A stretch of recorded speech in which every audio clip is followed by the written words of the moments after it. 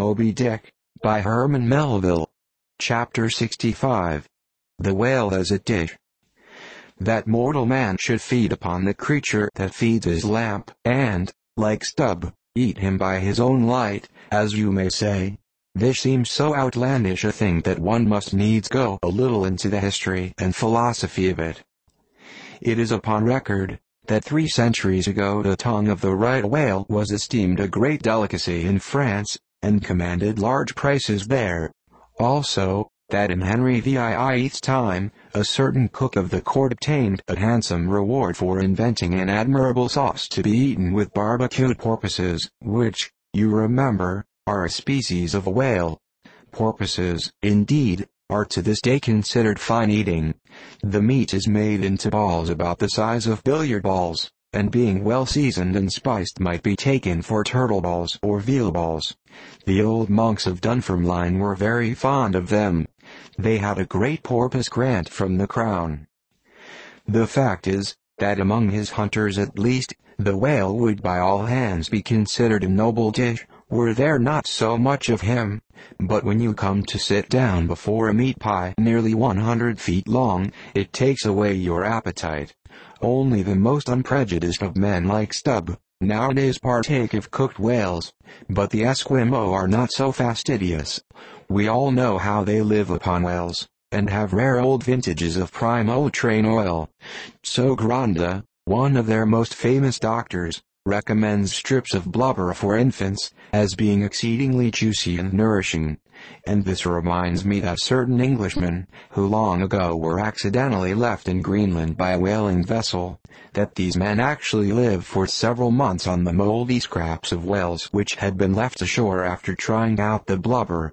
Among the Dutch whalemen these scraps are called fritters, which, indeed, they greatly resemble, being brown and crisp, and smelling something like old Amsterdam housewives' donuts or oly cooks. When fresh, they have such an eatable look that the most self-denying stranger can hardly keep his hands off. But what further depreciates the whale as a civilized dish, is his exceeding richness. He is the great prize ox of the sea, too fat to be delicately good. Look at his hump, which would be as fine eating as the buffalo's, which is esteemed a rare dish, were it not such a solid pyramid of fat. But the spermacety itself, how blend and creamy that is, like the transparent, half-jellied, white meat of a coconut in the 3rd month of its growth, yet far too rich to supply a substitute for butter. Nevertheless, many whalemen have a method of absorbing it into some other substance, and then partaking of it. In the long try watches of the night it is a common thing for the seamen to dip their ship biscuit into the huge oil pots and let them fry there while. Many a good supper have I thus made. In the case of a small sperm whale the brains are accounted a fine dish.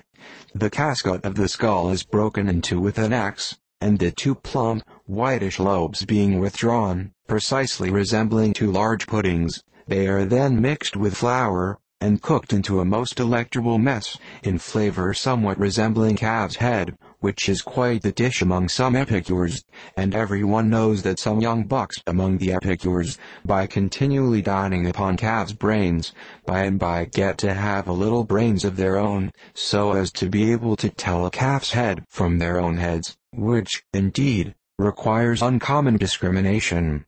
And that is the reason why a young buck with an intelligent-looking calf's head before him is somehow one of the saddest sights you can see. The head looks a sort of reproachfully at him, with an "at too rude" expression. It is not, perhaps, entirely because the whale is so excessively unctuous that landsmen seem to regard the eating of him with abhorrence. That appears to result, in some way, from the consideration aforementioned, i.e. that a man should eat a newly murdered thing of the sea, and eat it too by its own light. But no doubt the first man that ever murdered an ox was regarded as a murderer. Perhaps he was hung, and if he had been put on his trial by oxen, he certainly would have been, and he certainly deserved it if any murderer does.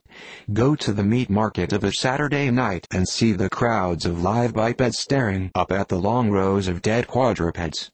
Does not that sight take a tooth out of the cannibal's jaw? Cannibals? Who is not a cannibal? I tell you it will be more tolerable for the Fagi that salted down a lean missionary in his cellar against a coming famine. It will be more tolerable for that provident Fagi, I say, in the day of judgment, than for thee, civilized and enlightened gourmand, who nails geese to the ground and feastest on their bloated livers in thy pate de foie gras. But Stubb, he eats the whale by its own light, does he? And that is adding insult to injury, is it? Look at your knife handle, there, my civilized and enlightened gourmand dining off that roast beef. What is that handle made of? What but the bones of the brother of the very ox you are eating? And what do you pick your teeth with, after devouring that fat goose? With the feather of the same fowl. And with what quill did the Secretary of the Society for the Suppression of Cruelty to Ganders formally indict his circulars? It is only within the last month or two that society passed a resolution to patronize nothing but steel pens.